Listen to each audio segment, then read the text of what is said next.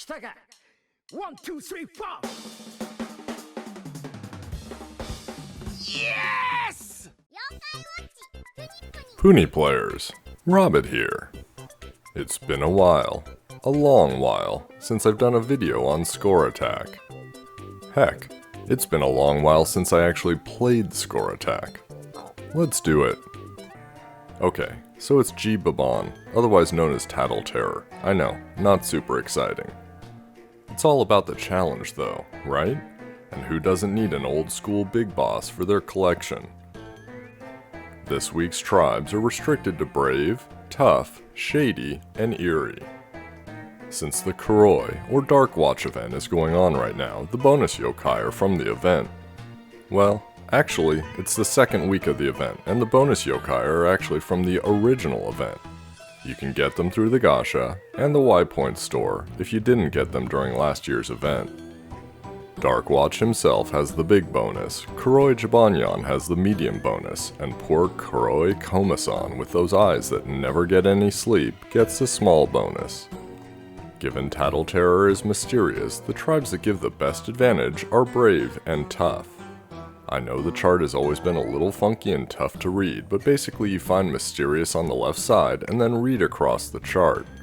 Brave is strong, Charming is weak, Tough is strong, Heartful is weak, and all the rest are neutral. First things first, let's figure out those weekly bonuses. Even though it doesn't really matter, I'm going to turn on all the Score Attack bonuses to make my life a little easier.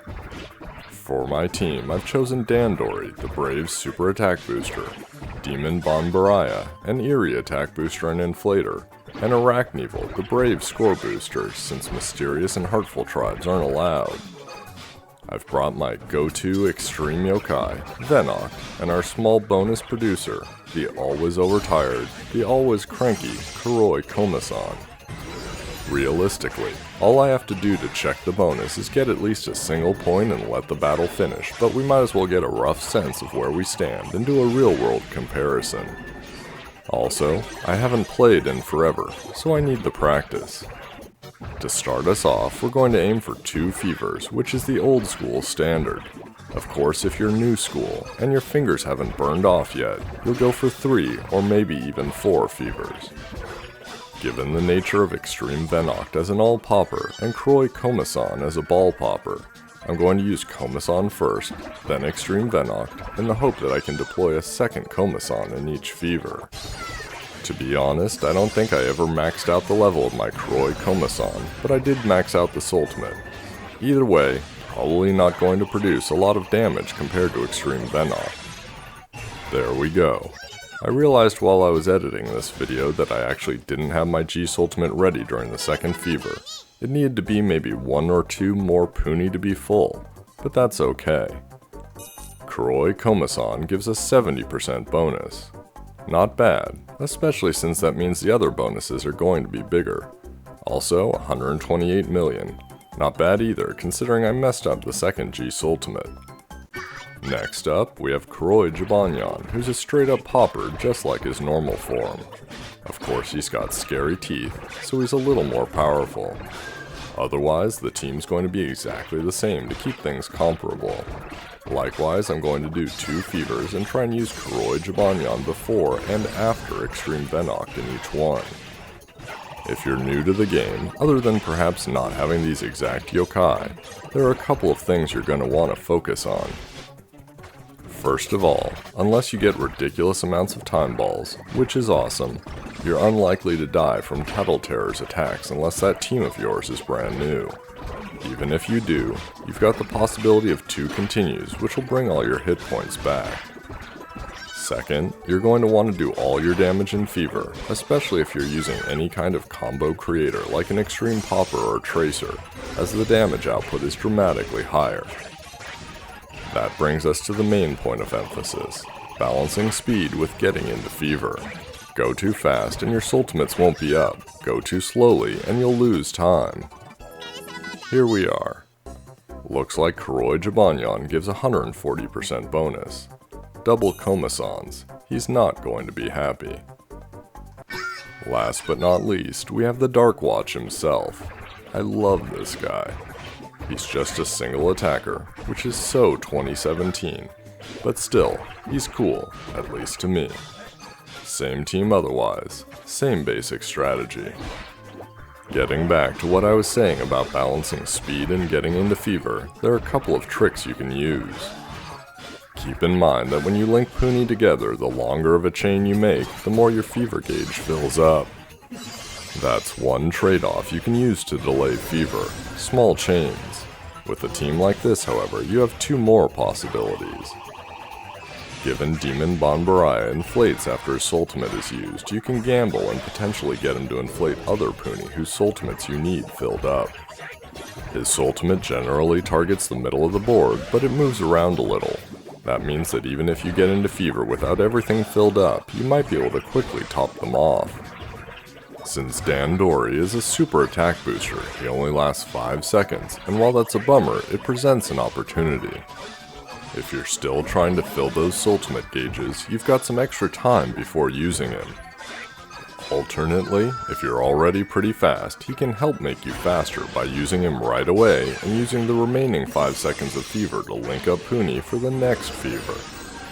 Any Puni you can link up in fever don't contribute to your fever gauge, which means that if you can get some ultimate gauges filled during fever, then you can create big chains outside of fever, and it's okay that your fever gauge is going to fill up quickly.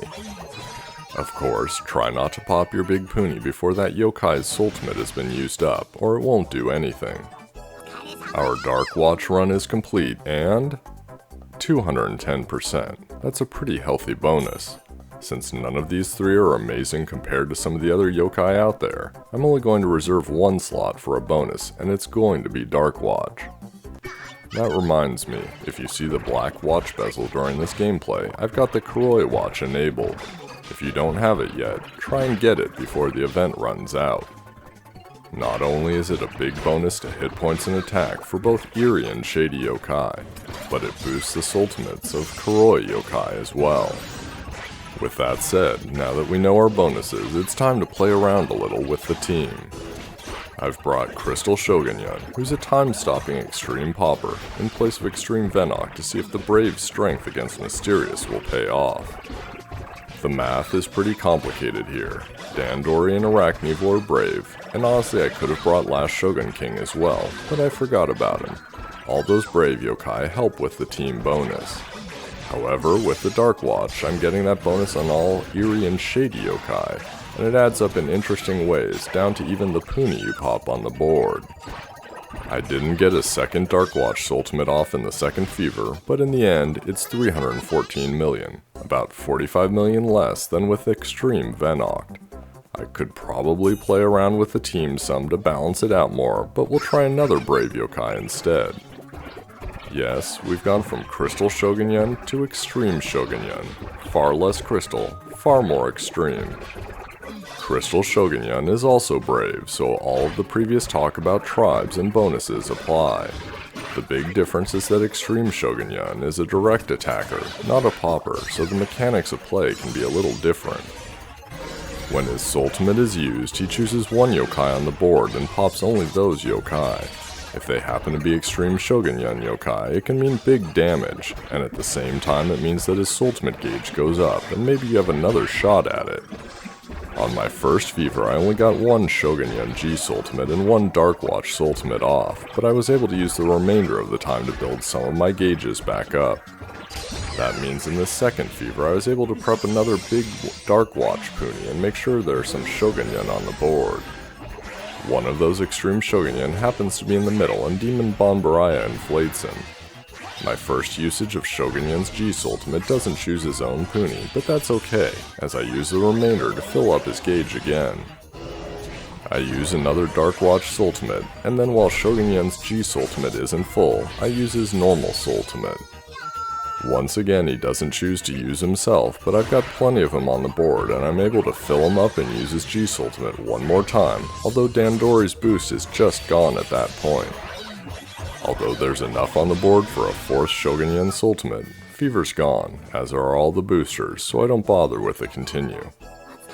389 million, definite improvement, and there's a ton of room left to do better with Extreme Shogunyan. One thing I haven't mentioned, all of my extreme yokai, as well as Crystal Shogunyan, are at level 1 for their G Ultimate. I've got 26 extreme soul secrets, but I'm not willing to use them until I see what the last extreme yokai do. You never know what amazing powers Renee might have.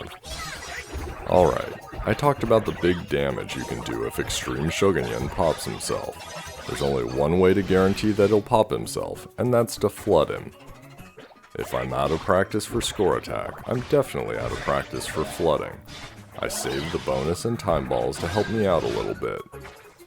You can only have the equivalent of 45 puni on the board, unless you inflate at the end, so by using the balls to inflate Shogunyan early, it means less other puni will fall. Nonetheless, it still takes me way too long. Oh, and yeah, remember how I forgot about last Shogun King? Well, I'm using Blazion Awoken instead. I know, sorry.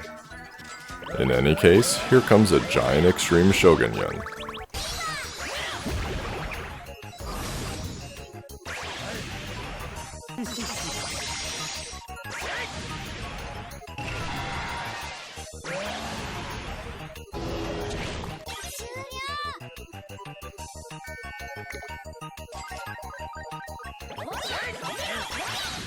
This time he does choose himself. That means one more free G Ultimate as well.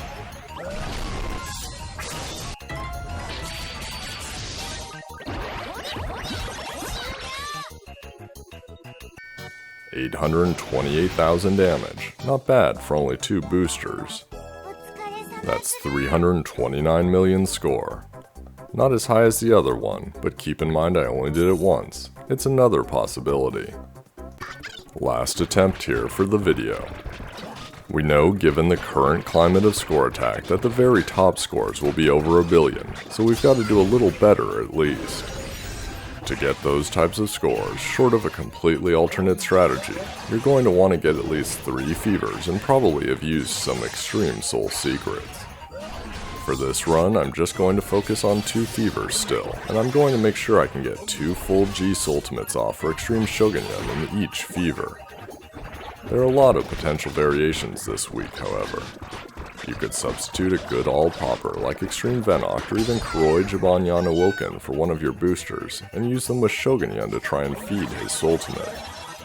Better yet, you could use Jet Black Orkanos, who's a tracer that helps fill ultimate gauges with his ultimate to get Shogunyan going again, and perhaps even a second use of Dandori. Personally, I'm going to need to practice a bunch to get those fingers quick again. Maybe even borrow an iPhone. That's for later though. For now, I managed to pull off my goal of 2 fevers and 4 G Ultimates, so let's see what we get. Just shy of $500 million. It's not the top spot, but it's good enough for Tattle Terror, even though I already have her maxed. I hope you enjoyed the video and you attacked the like button. For all the latest Puni Puni information and events, subscribe to me on YouTube and Twitter. Until the next video, good luck with your triple fever.